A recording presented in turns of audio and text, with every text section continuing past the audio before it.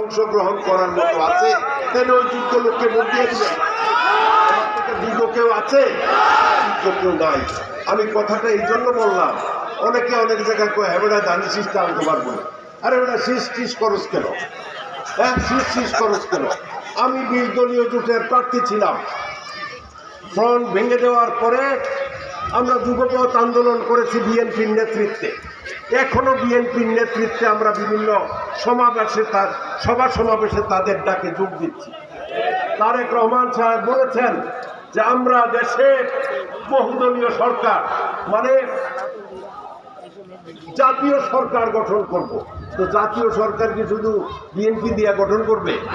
আমরা যারা আছিলাম কাম লাগতো না?